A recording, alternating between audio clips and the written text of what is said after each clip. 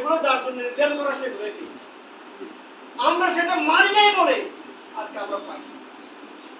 আমরা চেয়েছি হযরত হোসেনের মতো একটা কাফেলা তৈরি হোক, একটা জোট এমন হোক যারা ভারতের সাথেও না নেগোশিয়েশন করবে, না আমেরিকার সাথে করবে। ওটা আপনি বলবেন যে আমেরিকার সাথে সমঝোতা না করলে, ভারতের সাথে সমঝোতা না করলে আপনি পৃথিবীর মধ্যে এমন কোন দেশ নাই যে দেশের মধ্যে মুসলমানরা ক্ষমতা যেতে পারে। এটা আপনার বিশ্বাস হইতে পারে, কিন্তু আল্লাহ রাব্বুল আলামিন, সেই রব্বুল আলামিন যিনি স্পেনের মধ্যে 2 লক্ষ থেকে 7 লক্ষ খ্রিস্টানের বিরুদ্ধে মাত্র 20,000 মানুষকে বিজয় দান করতে পেরেছিল, সেই প্রভু, সেই মহান রব্বুল আলামিন তিনি যখন সেই সময় ছিল, তিনি এখনো আছেন, তিনি চাইলে এখনো আমাদেরকে বিজয় দিতে পারেন। আমরা বিশ্বাস তাদের উপরে, আমেরিকার উপরে নয়, লন্ডনের উপরে।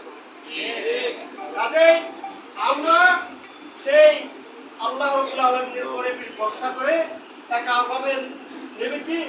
আমাদের উপর দুটো জিনিসের কোনো খরচ নেই।